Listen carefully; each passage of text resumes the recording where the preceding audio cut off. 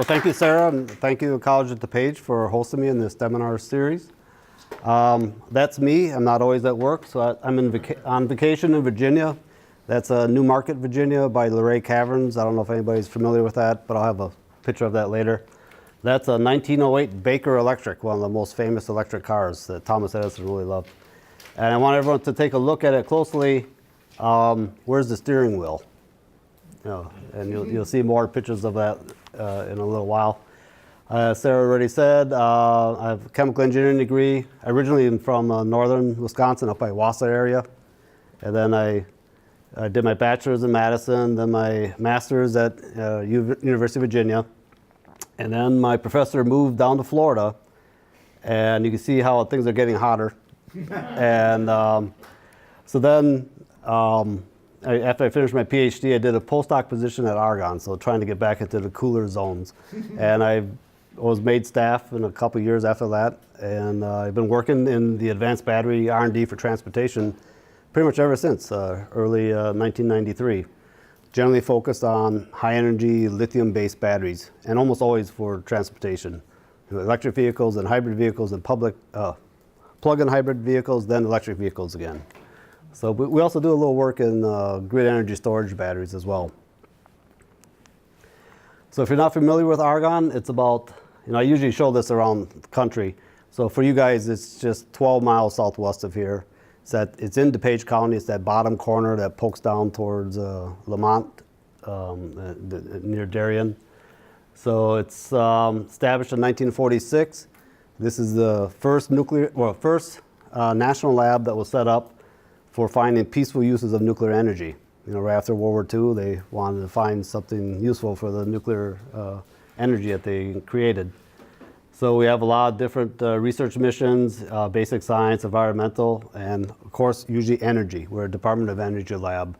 So we're generally focused on trying to get better sources of energy or better uses of energy. About 3,500 people, a lot of faculty, visiting scientists, and other users. And our budget's about $750 million on average, but that's a wide range of activities there.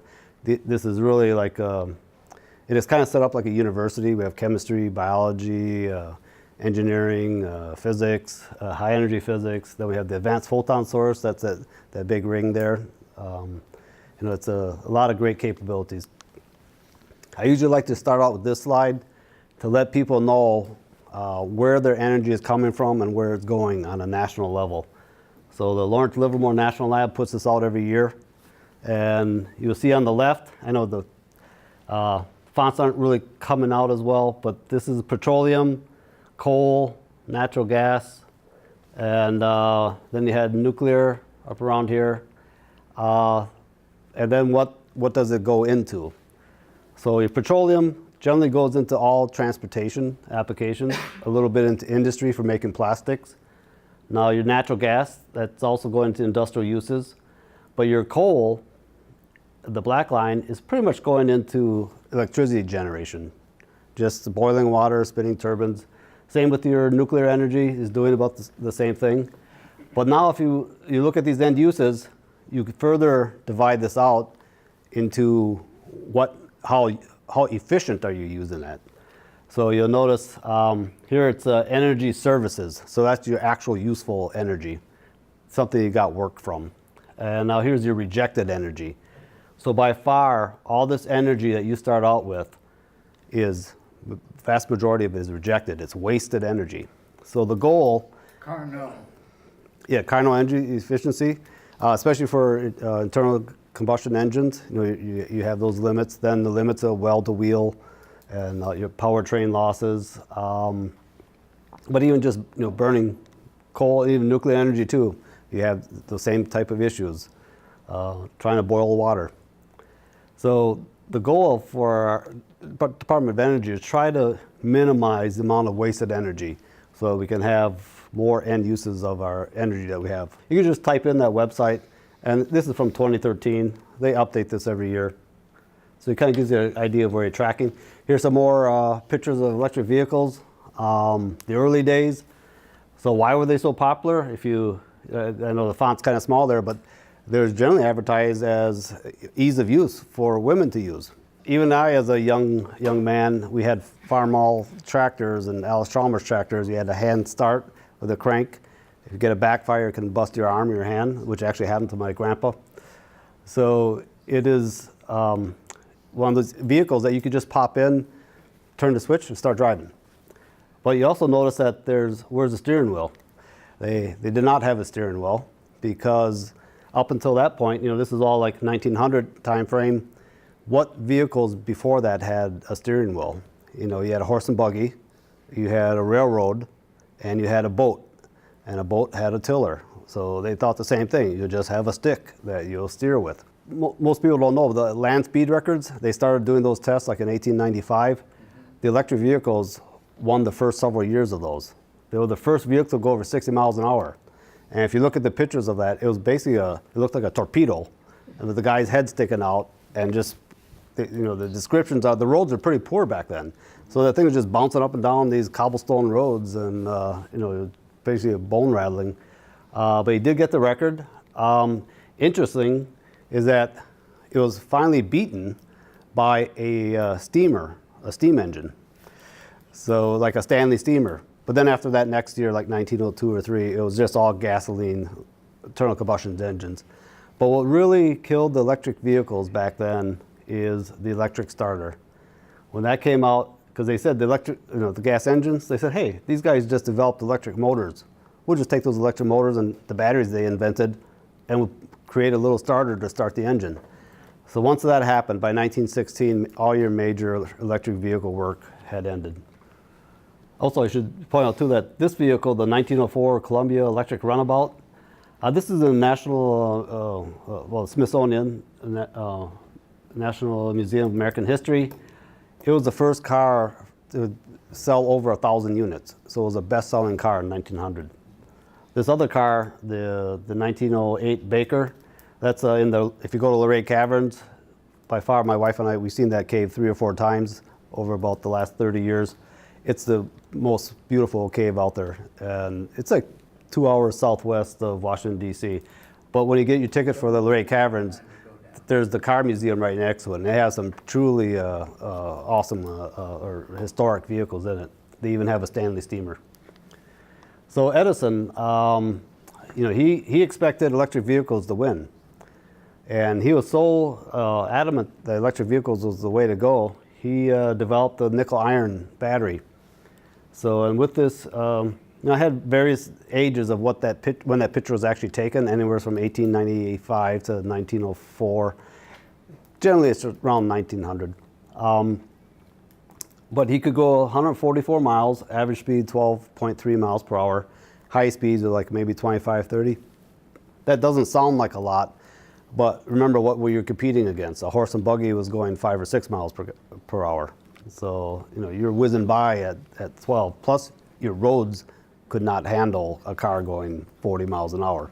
They just weren't designed. You look at those tires. I don't think you want to be going 40 miles an hour on a cobblestone road. Basically, it's the same as like a bike tire. So some general terms that we kind of throw around in the battery world. Capacity, that's measured in amp hours. It's basically a number of electrons you could get in and out of the electrodes. Energy is the capacity delivered at a voltage. So it's measured in watt hours. It's the amp hours times the average voltage. Power, that's going to be units of watts. In American units, it'd be horsepower. So that's just the voltage times the current that you're pushing through it. A lot of people, or a lot of salesmen, when in selling batteries, they confuse all 3 of those terms: capacity, energy, and power. Scientifically, they all have separate meanings, and this is where people get very confused on batteries. When they talk about a high-capacity battery, well, you don't really care about the capacity, you care about the energy or the power. So other terms, a cell. A cell is an electrochemical couple. So it's the basic unit in a battery. So like your AA's, AAA's, C's, and D's, those are technically cells. They're not batteries. But for marketing purposes, they just call it all batteries so people don't get confused. Well, I guess it just simplifies their marketing strategy. Unless you're in electronics or electrical engineering. Yeah. But the battery, that's a group of cells, whether it's in series or parallel. So like your car battery, that's actually a battery. It's 6 lead acid cells put in series. Your 9-volt alkalins, those little rectangular ones, those are technically batteries. There's like 6 of them in there, 6 alkaline cells. In the lithium-ion world, we call cathodes, which is the positive electrode in a lithium-ion cell. The anode is the negative electrode in a lithium-ion cell. It's really only the lithium-ion world that does that terminology. Everyone else uses positive and negative for a battery terminal, which is scientifically the correct way of describing this. But in the lithium-ion world, we just have to accept the cathode and anode as our terminology when we discuss freely. So I'll go back and forth between saying cathode and anode throughout this talk. Energy density of common batteries. So you have lead acid down here in this bottom quadrant. What I'm really showing here is this is watt hours per kilogram. This is watt hours per liter. So if you go out this way, your battery is getting lighter. If you go up this way, it's getting smaller. So for transportation, you want a lighter battery because you don't have to use as much energy to move all that weight. But for your portable electronics like your phone or your computer, you want a smaller battery so it doesn't take up as much space. You won't notice a difference between a 1 ounce or a 2 ounce phone really in your pocket, but you would if your car weighed twice as much as it's supposed to.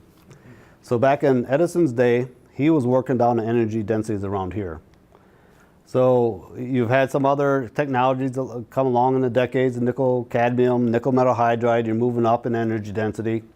But then you started having the lithium-ion technology, and that originally was down around here, but now we're up around here. Now the goals for a lot of different agencies, well, one, the Battery 500, that's in the Vehicle Technologies Office of DOE, my main sponsor. So they want to get up around here, 500 watt hours per kilogram. They think if you can get an electric vehicle battery like that, it'll pretty much replace gasoline. So then there's other, NASA goals, and this JC's, it's a Joint Center of Energy Storage. They have their goals up here. Now you think, where does this compare in terms of gasoline? Gasoline is way up here. It's almost 10 times the amount. So, but in terms of energy density. But when you start thinking about the usable energy density of gasoline, it brings it a little bit closer. But so gasoline, I've heard this many times. Nature could not have designed a better way of putting energy in a tight space. The gasoline, those molecules are just perfectly designed to be high energy. And that's one of the things they're always facing with lithium-ion batteries, trying to get to usable energies. So though everybody's most familiar with water batteries up until the last 5-10 years. They're aqueous batteries, like your lead acid, nickel cadmium, nickel metal hydride. What we have here is the electromotive force table. So it's basically how much material wants an electron or wants to give away an electron. So you go from 0 volts to 6 volts. Down at 0 volts, you have lithium. Lithium hates its electron. It wants to give it away. Then on top, you have fluorine. Fluorine wants to steal an electron from anybody it comes across. It's because it wants to be a negative anion. So between the two of those is 6 volts. So this is kind of the voltage window stability for your solvents. So like water, it's really thermodynamically only stable to like 1.3 volts. But yet a lead acid cell is stable to like 2.2 volts. So that's always a fight over kinetics versus thermodynamics. But you're still limited in that 1.5, 2.2 volt range for water-based batteries. So it excludes a lot of other materials. If you try to go wider than that, you split water and you get hydrogen gas and oxygen gas. That's why occasionally lead acid batteries blow up, because one cell got overcharged and it's splitting water, and you're venting hydrogen gas and oxygen gas in a small space, and then a spark happens. So if you can replace the water with a different solvent, like in the case of lithium-ion, we use organic-based solvents like carbonate solvents, you now have a wider voltage window. These carbonates are good to like 4.5, 5 volts. So now with that 5 volt window, I can start looking at all these other chemical reactions, redox reactions, along those in that window, and I can get a high voltage battery. So like lithium-ion systems, they're generally 3.5 to 4.4 volts. And that was enabled just by getting rid of water, putting in the solvent. I have a wider voltage window, so automatically I've just doubled, tripled my energy and my power by going to a higher voltage. Unfortunately, these organic-based electrolytes are also flammable. So that's another safety problem that we're constantly trying to work on. Okay, so just a peek in a battery. Here I show it for a lithium-ion system, but it's generally the same for all battery systems. You'll have a positive electrode and a negative electrode. So in a lithium-ion system, it's discharged. All the lithiums are in these layers. And I'll have another picture of the layers that you can look at later. And then you have a separator material, which separates the positive and negative so it doesn't short. And you have an electrolyte in there. It's a lithium salt in a solvent. And then on the anode side, for lithium-ion systems, vast majority are graphite. So then in the graphite, it's like honeycomb structures. I'll have a picture of that later. You slide the lithiums in there when you're charging it up. And basically when you discharge, the lithiums are coming back. So I want to point out something in the lithium-ion battery. When people say that it's a lithium-ion cell, that really doesn't mean anything in particular, because all lithium-ion cell means is that you have lithium ions going back and forth between the positive and the negative. So on the positive side, you could have lithium cobalt oxide. That's what's in your cell phone. What we call the nickel manganese cobalt oxide. That's what's in like your electric vehicles, and your nickel cobalt aluminum. That's in some of your electric vehicles and power tools as well. The Tesla uses this technology. The GM and their Volt and their Bolt, they use that. Lithium iron phosphate, Chinese use that a lot in their electric buses and taxis. That's also used in a lot of your power tools. And then the spinels too, sometimes that's blended with these other materials. But on the negative side, it's pretty much just graphite. We're trying to work on lithium silicon electrodes, and I'll have a few slides on that as well. But under no conditions are you actually forming lithium metal, right? Or you should not be forming lithium metal. If you have a lithium metal as your negative electrode, which you can do, it is no longer a lithium ion battery. It's a lithium metal battery. So that's, a lot of times people just say lithium battery. For the vast majority of things, it's lithium ion batteries, like in your cell phone and in your electric vehicles. Occasionally, some of your hobby things, like planes and that, little hobby planes, will have like lithium metal polymer. So that's a lithium metal, and a different metal oxide and a polymer electrolyte. So in the positive electrode, we're taking a little closer look. Now this is what we call a layered material. So we have lithium metal oxide. That metal can be like nickel, manganese, cobalt, or aluminum. So you'll have the transition metal layers, transition metals there, the oxygen metals, lithium metals, oxygen, transition metal, oxygen, and it just repeats. So as I said before, these are fully discharged. All the lithium is in the positive electrode. So when you charge it up, you pull out the lithiums, the blue ones.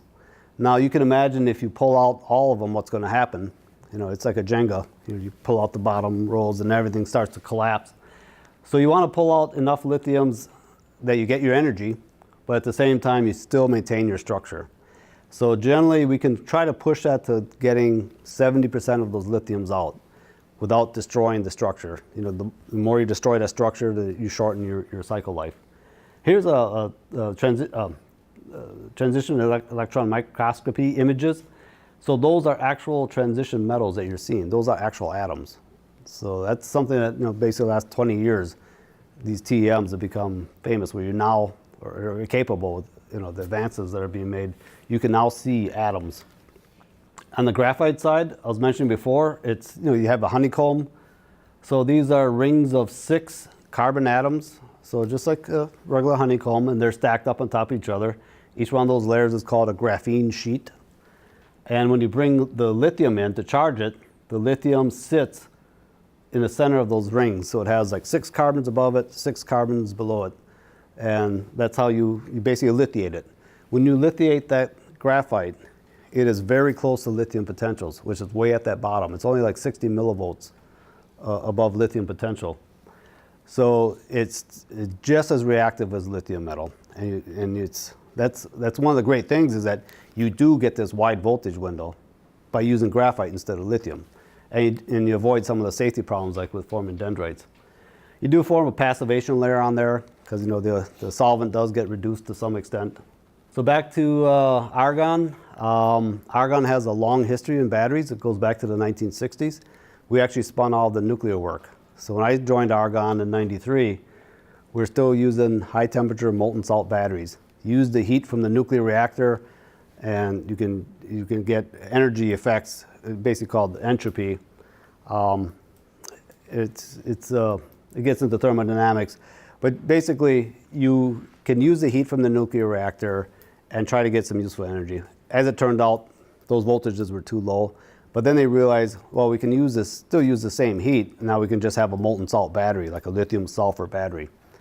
People have been trying to make lithium sulfur batteries work for 60 years. I started in basically a lithium aluminum iron disulfide program in 1993, that design there. I was one of the last people hired in the molten salt battery program. So, and also was in charge of cleaning it up. So then around 1990s, you had Sony came out with the lithium-ion cell for their Sony camcorder. So that's basically it's all technology that was invented in the United States, but all your electronics are made in Asia. So it just makes sense to make the battery there too and put it in the device and then ship it out. So whereas with electric vehicles, vehicles are a very heavy device. It's a heavy battery. The vehicle's heavy, the battery's heavy. This is a case where it makes more sense to make the battery for the electric vehicle in the United States and assemble it in the vehicle in the United States versus assembling it in Asia and then shipping it across the ocean. A battery, when it's fully charged, you have your positive electrode charged and your negative electrode charged. Thermodynamically, it doesn't want to be there. It wants to be back at low states of energy. So in a battery, I try to think of those as being two corroding electrodes. And all the engineering and material science is try to minimize that corrosion so you can get useful life out of it. Because it's things that are basically boulders on top of telephone poles. How long are they going to sit up there? You really have to design it so that they don't get knocked down. But everything general in nature, entropy, it wants to go to low states of energy. So a battery is fully charged, which means it's very reactive. And it wants to react with things around it. So there's a lot of, sometimes batteries is like what we call like alchemy, where you add a little pixie dust in it and it works. Lead acid batteries, they used to be made in wooden boxes. And then they started making them in plastic and they wouldn't work. But apparently what they found out was something in the wood was passivating that electrode so it would work. So, we've had lead acid batteries since the 1850s. Not everything's known about why it works the way it does. We add things that make it work. And we have some general idea of why it works. But a lot of the things is trying to develop passivation layers, those what we call SEI layers, trying to find the right additive to make a surface that's passivated long enough for the life of that battery. All right, so at Argonne, we have all ranges of activities going on. We have the people who are working on the atomic molecular scale, people trying to design better structures here so they can stabilize those layers, so you can pull out more lithiums and put the lithiums back in without any destruction. Trying to work on what's happening at that interface, basically working at the molecular level, both in modeling and in their analysis. Then you move up what we call the mesoscale. So that's where you're starting to work on particles. And the particles, you're trying to change the particle morphology, the particle size, any coatings on it, trying to make that work. And then you get up into the electrode cell scale, where you're trying to design electrodes and cell formats, cell configurations, so that those will work too.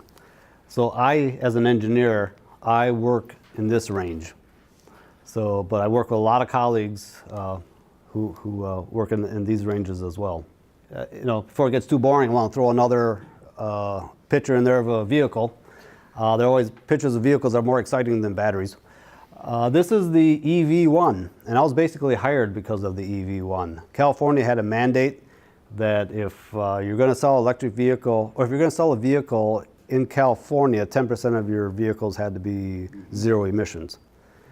So the first car company that could get to that amount, could get to that market level, they would have the whole market. If you couldn't have your 10% of your sales in electric vehicle or zero emission vehicles, then you could be banned from the California market.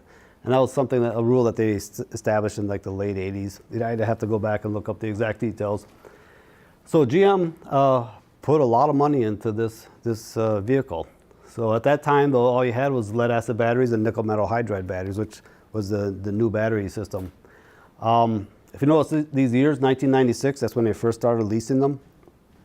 And as I said before, 1916 was basically the last Baker electric vehicle that was made. So you're looking at 80 years. Nothing really happened for 80 years. So the battery technologies were just kind of stuck in the water, the lead acid, nickel cadmium, nickel iron battery systems. And when you look at cheap, abundant gasoline, how much effort should you really put into developing an electric vehicle? But then I think most people here remember the oil embargoes in the 70s. And then people started realizing, wow, we're really dependent on foreign oil. So there was a big push to develop new battery systems. And that's where Argonne this program really took off in the 70s. At that time, this molten salt battery was the highest energy density battery out there. The whole goal, we originally were developing it for grid energy storage to make better use of our electricity that's generated at the utilities. But then Congress said, can you fit that high temperature battery, it runs at about 450 degrees Celsius, can you fit that in a vehicle? And they could, and it was actually somewhat successful, but after the oil embargo ended, then we had changes of administrations, and all of a sudden nobody was worried about oil anymore. But then you started having, in the EV one, you now started worried about global warming, CO2 emissions. So now not only were still worried about oil, now you're worried about the environment. So there's a new push on electric vehicles. Now, people there's the movie Who Killed the Electric Vehicle, trying to criticize General Motors. They put billions of dollars into this vehicle. So they did They also melted every one of them. Yeah, and they kind of had to do that because of the liability. Just from, they're required to maintain all the parts for it. And, they didn't want people to start reverse engineering it or modifying it and then have, somebody gets injured because they're playing around a high voltage system. They just didn't want the liability of it. But they didn't destroy all of them. I think they saved like 40 or 50 of them. In fact, that's this one here. It's in the Smithsonian. So it's right in the front lobby. It's a two-seater. And, it could go 90 miles. That was with the lead acid battery. Notice it's only an 18 kilowatt hour battery. Range 120 miles if you use the new nickel metal hydride battery. So that's quite a good improvement. The reason they could call them all back is because they didn't sell any of them. They leased them. But this particular vehicle I read in the Wikipedia, the Smithsonian only accepts intact models. So this was not deactivated. So if you were to hook up a battery in there, you could turn the switch and drive away. So that is one of the very few working models. I think the other one might be Jay Leno, but very few of them exist. But this is probably, if you're stuck in the water-based batteries, like lead acid and nickel metal hydride, this is about the best you're going to do. But GM learned a lot from this vehicle. I skipped the volt in this because that's a plug-in. Yeah. But So I just kind of focusing on the electric vehicle. So they have the Chevy Spark, and this is the one that just came out in 2017. It's the Chevy Bolt. This is the one that was in competition with the Tesla Model 3. They wanted to get theirs out first, and they did. So if you look, your speeds, 0 to 60 miles per hour in 6 seconds, 6.5 seconds, that's actually a pretty good acceleration. But if you think in terms of electricity, if you have any power tools, a circular saw, you turn the switch on, you're up to 1,700 RPMs in a second. Electric vehicles, they kind of have to dumb them down a little so they respond like a gas engine, or else you get whiplash every time you hit your accelerator, or you just start smoking your tires at the stoplights. Tesla does come out with this. I think this is probably the one you're talking about, with the ludicrous mode. You can go 0 to 60 in 2.5 seconds. But that's also a very high price. But Elon Musk does not call this an electric vehicle. He calls it a luxury vehicle because he's going after the luxury market. So it's a luxury vehicle that happens to be electric. But now he's making the Model 3, which should be in the range of like $35,000, kind of where the Bolt is. That's going to be for the more average consumer. Your ranges, 240 mile range. That's with a 60 kilowatt hour lithium-ion battery. Same with the Tesla 340 mile range. That's a 90 kilowatt hour battery. That's with, well, what the Tesla uses is the nickel cobalt aluminum oxide.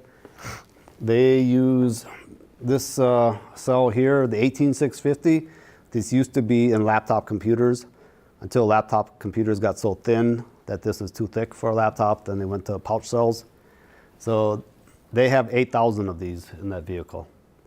So, and then they have little cooling ribbons around it to maintain the temperature of the cell in a safe zone.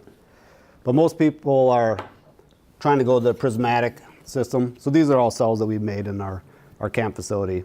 So this is basically what you'd see in your cell phone. But an electric vehicle, this would be a lot larger and a little bit thicker. This is basically with a camp facility. This is the facility I work with.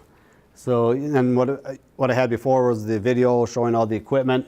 It's in a dry room environment.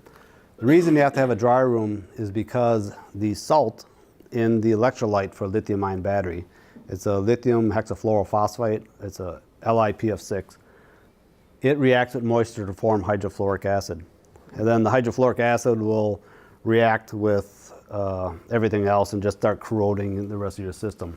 That's why lithium-ion batteries have to be in very dry conditions, at least minus 40 Celsius dew point, which is the same as minus 40 Fahrenheit dew point. So that's a point where it's 100 parts per million moisture, and we're usually down even lower. So we're often down around 60 parts per million of moisture. So very dry. You have to wear a mask if you're going to be in there for more than 2 hours, because then your nasal cavity starts drying out. What they like about this camp facility is that we're using formats. They're smaller, but these are the same. It's the same electrode thicknesses, what we call the loadings, and it's the same formats, either cylindrical or a pouch cell, that they would use in industry. So like I show up here, we have little coin cells. That's like 4 milliamp hours. But in an EV or a plug-in hybrid vehicle, you're looking at 40 amp hours, which is 40,000 milliamp hours. That's 10,000 times bigger than that little coin cell the researcher was using in the lab. So for the researcher to try to talk to a company saying, here, this is the great results I got on this little toy cell here. I want you to invest billions of dollars to make this battery. They're not.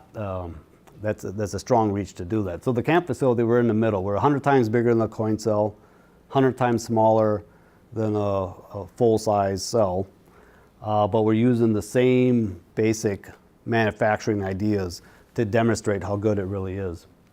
So if you want to look closer at the positive electrode material, this is a famous one, NCM. This is actually a material that was invented by my colleagues just down the hallway. It was around 2000, 2001.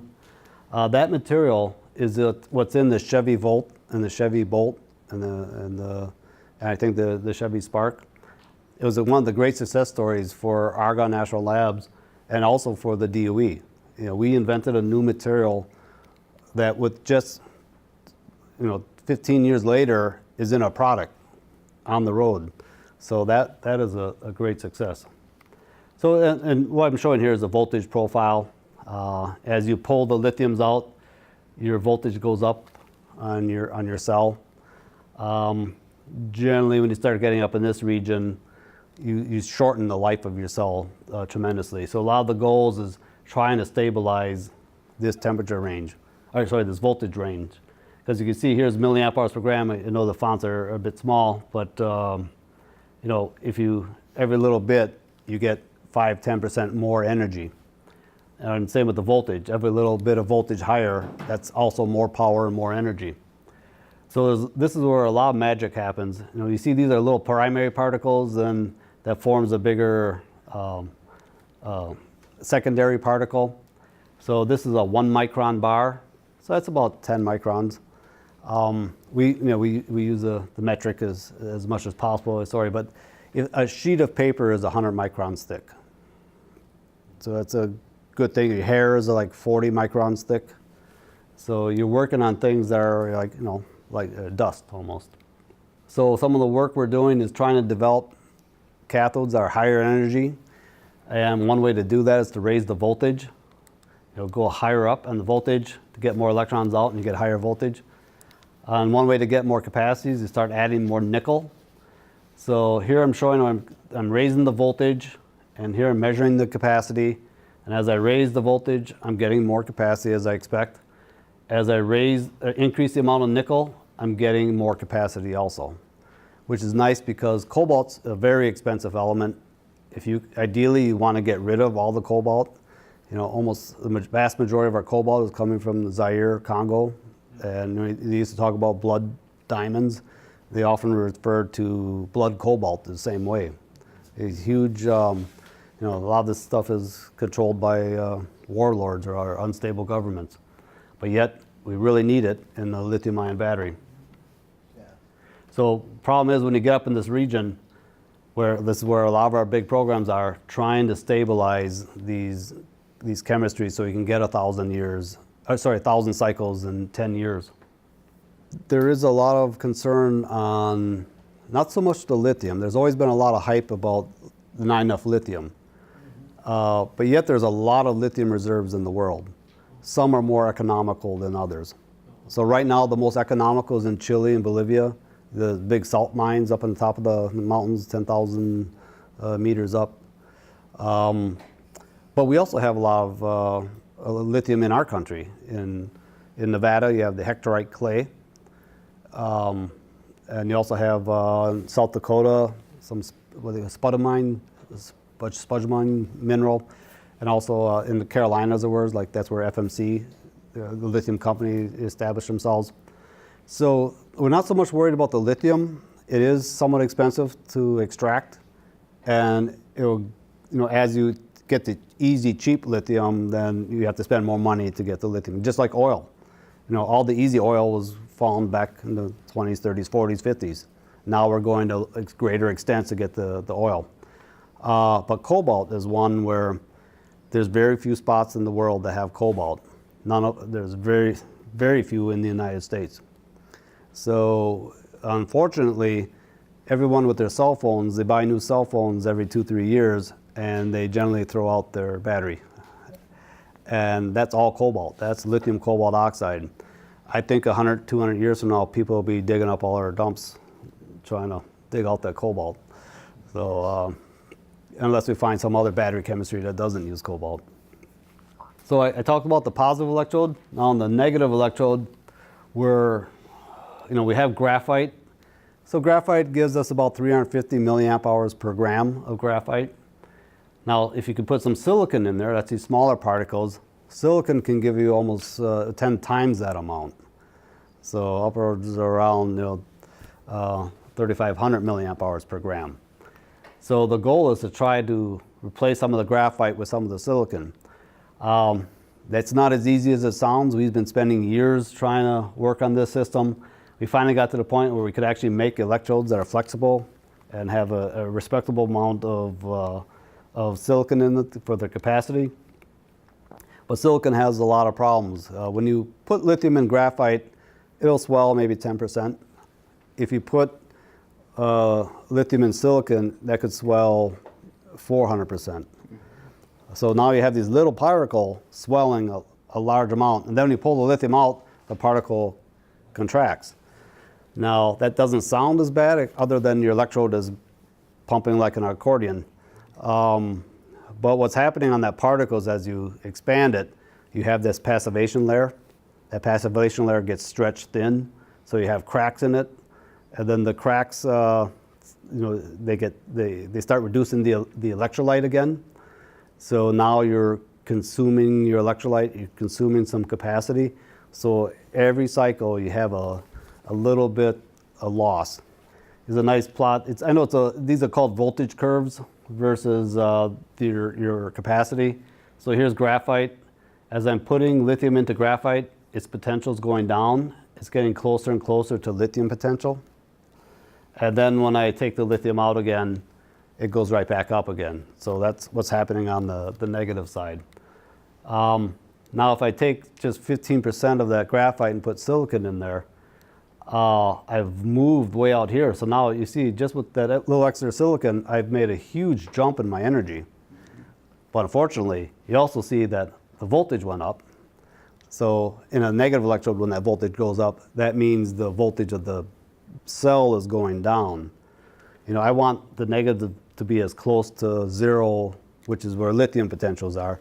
I want it to be as close as possible down there for the maximum amount of voltage in my battery. But I also have this huge hysteresis effect between the charge and the discharge. Whereas you notice the graphite, that's nice and tight. Here, with that silicon in there, that's a large gap. And it's basically a slower process. And what it also means is that I'm hurting my energy efficiency as well. Plus, in terms of cycle life, I like to show this plot too, is where I've actually, we cycled these cells. These are from pouch cells, the electrodes. They take them out very carefully because they're charged. Wash them with a solvent, and then measure how thick they are. And I did that at different states of charge, like 0% state of charge, 1/3, 2/3, and 100% state of charge. And I can plot, I measure the thickness, and I can see that indeed the electrode, because graphite also does swell, and the silicon swelling even more. As I add more silicon, I have the electrode is swelling more. So that may not sound like a problem, but if you have a battery where you put all your energy in a tight can, and it expands 10 to 15%, how does that can expand? So you can imagine your cell phone having to breathe it in and out on you as you're charging and discharging it. It's not a settling feeling, especially in a vehicle where now your battery could be the length of the car. You're going to have your battery pump in and out 10, 20%. But it's basically, the problem is also with the cycle life. This is your graphite when you pull all the lithium out. It's just the graphite gray that you expect. You start adding lithium to it, you get this iridescent blue color, then this bronze red color. Then you get this bright yellow brass color. So it's just like gold, yellow gold, bright brass. That's a fully lithiated graphite. That's like 60 millivolts from lithium.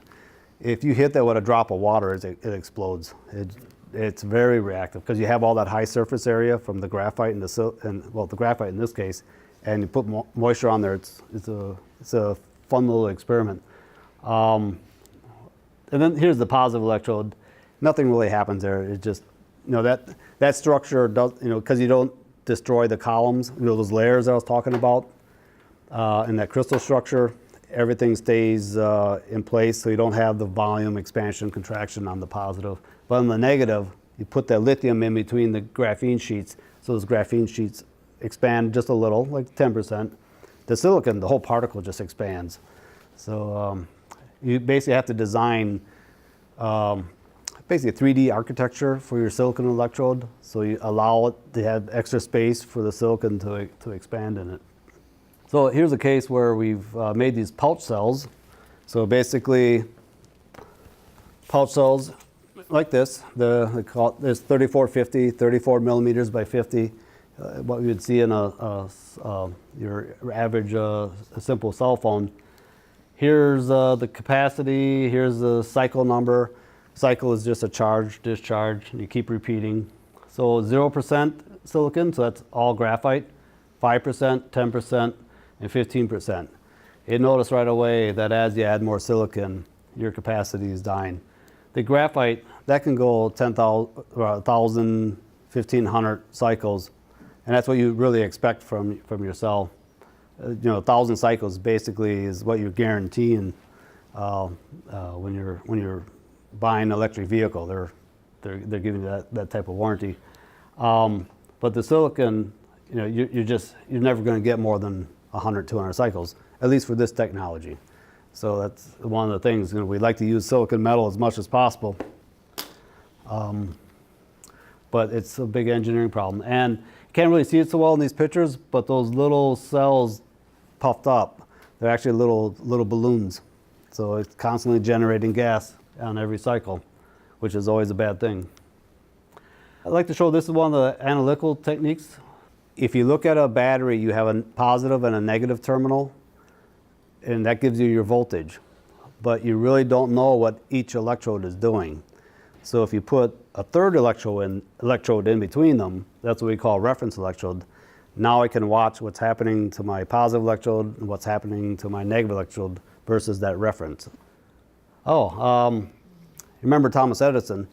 He was a big fan of electric vehicles around 1900, but in 1883, you might have seen this quote before. He basically said, this underlined part, just as soon as a man gets working on the secondary battery, it brings out his latent capacity for lying. So that was a pretty bold statement. He says, scientifically it's all right, but commercially it's absolute a failure as one can imagine. So storage battery is a catchpenny, a sensation, mechanism for swindling the public by stock companies. So that's 1883, and there's a lot of potential there, pun intended. But yet 15 years later, he put a lot of effort into developing the nickel iron battery. And when Baker Electric was making their electric vehicle, he bought the second one they made. And he was working on that battery for decades on that electric vehicle. And he probably would have won out until the electric starter came out in 1911. So another thing, this is my third week at Argonne. We had the program manager from one of the big three auto industries in Michigan. He started out the meeting with three types of people in this world: liars, darn liars, and battery suppliers. So what we developed is, try to look at why does that happen. People expect a lot out of a battery. If you want a high energy battery, I can design a high energy battery. If you want a high power battery, I can design a high power battery. If you want a low cost battery, I can make a low cost battery. If you want a long life battery, I can make a long life battery. But not all of them. So the same chemistry, I can make almost every one of those batteries. But what happens is the marketing guy would just take a plot from here, a plot from there, and put it all together and say, see, this battery does it all. So, and too many companies have been getting burned by this. So we developed what we call the BATPAG. It's a spreadsheet, Excel type model. And it's basically you input your parameters, like what is the voltage of that material, what's its capacity, what's its resistance, what's its cost. And then it'll come out with parameters of, well, this is an energy density you can get per liter, per kilogram at the cell level, the module level, the battery pack level, and this is how much it's going to cost. So this is a very successful model. It's actually free. You can download it from our website. Just type in Argonne and BATPAG. The car companies like it. They all have their little input into it. None of them would put their exact numbers in there, but they'd say, "Oh, you're pretty close. You're close." So we got a general consensus. The EPA likes this too, because now they can have some realistic numbers to work on when they're trying to assess the value of electric vehicles and battery systems. But it's a way to try to validate, because you're constantly reading news stories, and especially in my line, there's tons of papers coming out from universities around the world, and they all say they got the best battery. It's 400 watt-hours per kilogram, and it'll last forever. But you know, they're not lying. It's just that the way they tested it, or the way, you know, their cell design, it worked in that case, but they forgot about all this other hardware stuff. Can you mass produce this damn? Can you mass produce it? How much is it going to cost? How long? You know, a lot of times they use very thin electrode coatings, but you know, in the industry you're going to use a thicker coating because you don't want to have a battery that's just full of separators and metal foil. Oh, here's another thing. You know, fast charging. That's, you know, always a big goal we have. The idea is to get an electric vehicle battery that you can charge in the same amount of time that you can pump gas.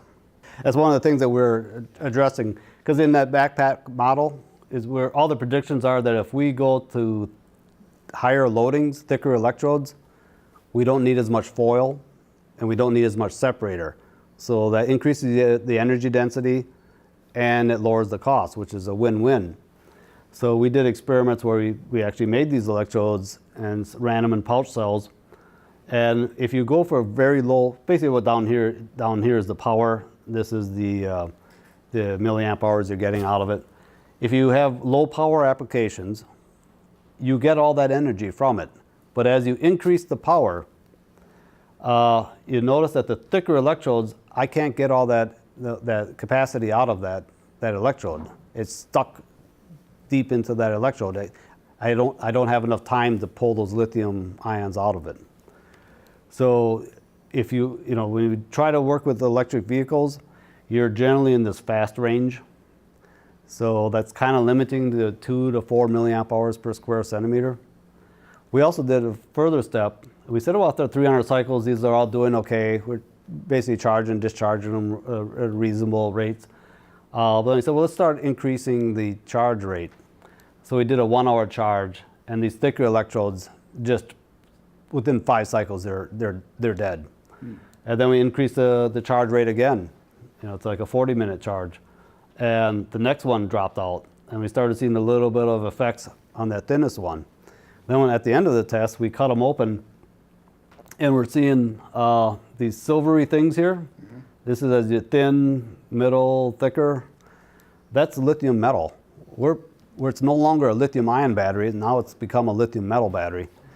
And that's highly dendritic lithium. It's very reactive. You hit it with a drop of water and it explodes. In fact, to prove that's lithium, we just take off little pieces of it and toss it in water, and it's like firecrackers in your test tube. So we have an active program now trying to get thicker electrodes that can do the faster rates. What happens when you push the limits? This is a cell phone. It's from a famous phone company. What we have here is the anode on copper foil. Here's the separator. Here's the cathode.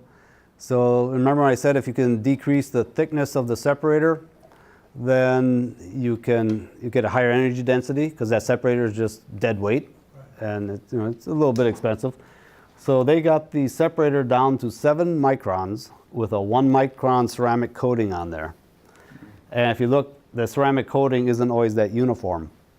Okay, as I mentioned, this is 7 microns, 6.6 microns. A sheet of paper is 100 microns.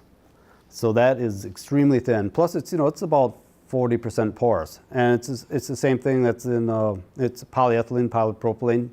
So it's the same that's in your milk carton or your yogurt cup, just with a lot of little tiny holes in it. Now you look at your graphite. That's about 75 microns of the coating on a 6 micron copper foil. So that's fine. But you take a look at your cathode here, it's 70 microns on a 10 micron aluminum foil. Now, if you look at those particles, some of those particles are 10 microns thick in diameter. So now you have a 10 micron particle and you have a 7 micron, 8 micron separator. If you have a weak spot in that separator and you flex that phone just right, one of those particles punches through and you have an internal short. And then you have all the energy dumping from the positive electrode and the electrode shorting together, and it heats up instantly. You're getting into towards 1,000 degrees Celsius within seconds. So that's why you can see all these videos on TV, because nowadays everybody has a video recorder on their phone. So when they see a phone going into a thermal runaway, everybody pulls out their camera and posts it on YouTube. So but yet that's a pretty rare event. In this case, what it really turns out is a lot of people put their phone in their back pocket and they sit on it, and it just flexes the phone just a little. And if you have one of those little boulders sitting at the corner of that pouch, then that could just accidentally punch through. So that resulted in that cost this company $1 billion, just in the recall of all those phones. And then the stock price plummeted because now nobody wanted to. It was a highly marketed phone that was coming out, and you could. It was just a few years ago. I'm sure it wouldn't take you long to figure out which one it was. They then since raised that separator thickness up to like 12, 15 microns. But this is the highest energy density cell that's out there, pouch cell that's out there. It's like 250 watt hours per kilogram. So that's you're starting to hit those limits. So unless you could get new materials, put some more silicon in there, that gets a little thinner. That's the goal. We're starting to top out. A lot of it's all just been engineering, try to take out all the dead weight. We use like 10, 15 micron copper foil. Industry, they're using 6, which 6 micron copper foil, you just kind of breathe on it and it rips. So I should point out, like when you talk about Six Sigma is try to have only one failed product or one failed component in a million. So like in this case, you're looking at about maybe 1.5 million cells that was bad. But if you're making hundreds of millions of these cells, you're going to have dozens of fires. But yet in terms of the average person having that risk is almost zero. But as I said, everybody has a video recorder in their pocket. So when it does happen, everybody sees it. Well, to the person that it happens to, it's 100%. Oh yeah, 100% disastrous. Yeah, those are like little blowtorches. When they go off, they could be. There's no. I'm not mitigating or minimizing the hazard there. When it does happen, it's disastrous, or it can be. But generally, when you have a battery going to thermal runaway, all you do is just keep everything else from catching on fire. Because that battery is going to keep on burning until it's discharged. So just try to keep everything else, like, don't charge your phone on a pile of papers or clothing or next to your curtains. Generally I try to charge only when I'm awake in a room that I'm there. And don't let it get too hot. A lot of people using laptops, they put the laptop, because it's called a laptop, on their lap. Well, that plugs the vent underneath the laptop. And the laptop, the reason the laptop's so hot is because you have the processor. The processor is moving a huge amount of current, doing all its little calculations. It's like a little furnace, and your battery is just 2 inches away from it. So as you could tell through the talk, some of the challenges we have. How do we lower the battery cost? Tesla, that's the Gigafactory is a good way. Your economies of scale, you're making larger numbers of them. That'll bring the cost down. How do we lessen the likelihood of battery fires? Try to develop non-flammable electrolytes. That's a big program. But even with non-flammable electrolytes, you still have a lot of energy. You're not going to have that torching effect because you're not shooting out a flammable solvent. Low temperature performance, that's something we have to work on a little too. The charging rates, trying to get to that 10-15 minute charge.